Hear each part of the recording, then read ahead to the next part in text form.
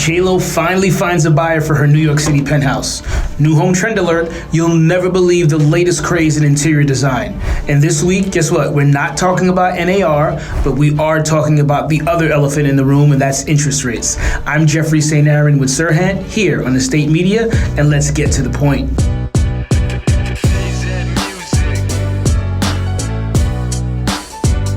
So kicking off our list this week at number 5 is this article from Mansion Global that talks about the latest craze here that a lot of buyers want in their homes. And no, it's not just pools, hot tubs, or great rooms. They're actually wardrobes or closets, in large closets in their primary bedrooms. So now people are spending upwards of $30,000 to even as much as $1 million to build out these closets. I mean, take a look at this one here. Not only is it a place to house, your clothes, your shoes, purses, accessories, and everything else, but it's also a place for social gatherings, because we're finding a lot of couples are setting up coffee stations in these closets or wardrobes to have coffee in the morning, and then they have cocktails for nightcaps to end the day, or wine there, have a bar station set up.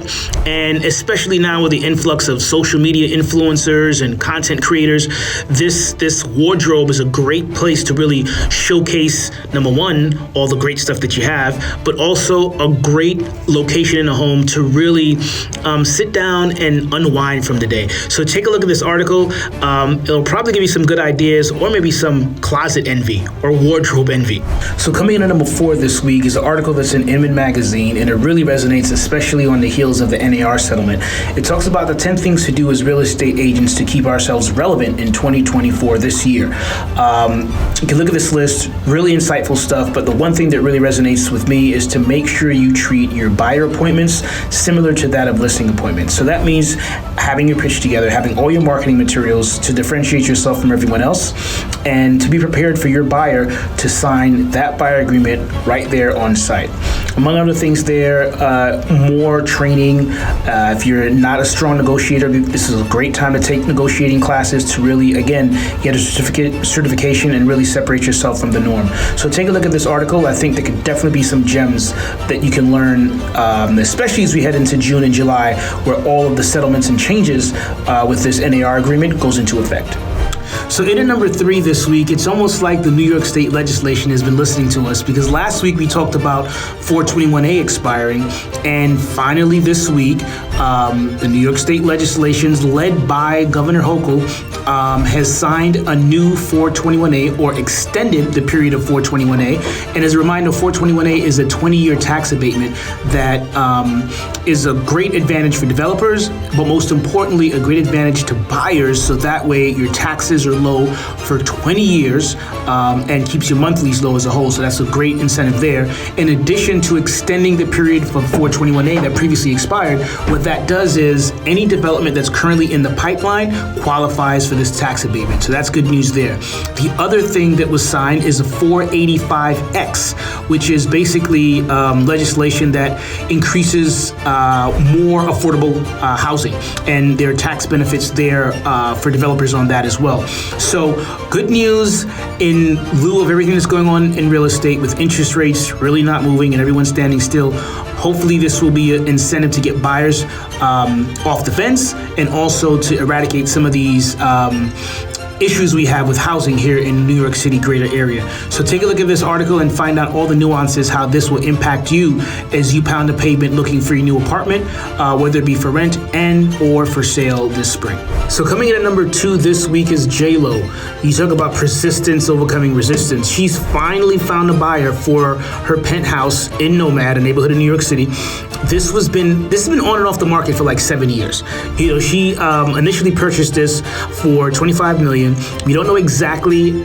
She purchased for $20 million. The last ask on this property was just under $25 million. So hopefully she didn't lose too much money. She made some money on this, because reports has it she's been house hunting on the Upper East Side, her and Ben, looking for another property, a townhouse.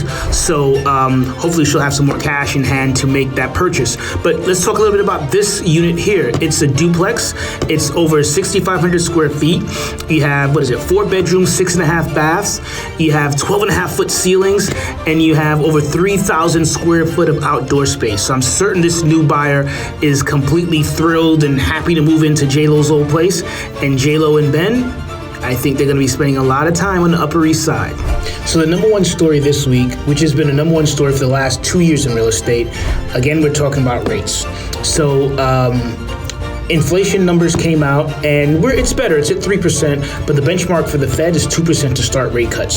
So now the Fed is saying we're not doing any rate cuts anytime soon. So that, as a result, Wall Street starts to react, and their predictions for rate cuts are kind of bleak. They're thinking the rate cuts aren't going to happen until September, maybe July at the earliest. So keep in mind, everyone isn't like J-Lo. We don't have 25 million or the uber rich to purchase properties. Most of Americans' rates are a big factor with their monthlies, and that determines if and when they come off the sideline and actually purchase. So we definitely need this to happen, but hopefully it happens soon to really help out the fall market. If hopefully it happens July like Wall Street is predicting. But take a look at this article here on CNBC, and it'll give you all the insight you need to know on what we think is going to happen with the Fed as it pertains to rate cuts. Thanks for watching, and be sure to continue to follow us here on Estate Media to get your top 5 real estate stories of the week. Let's get to the point.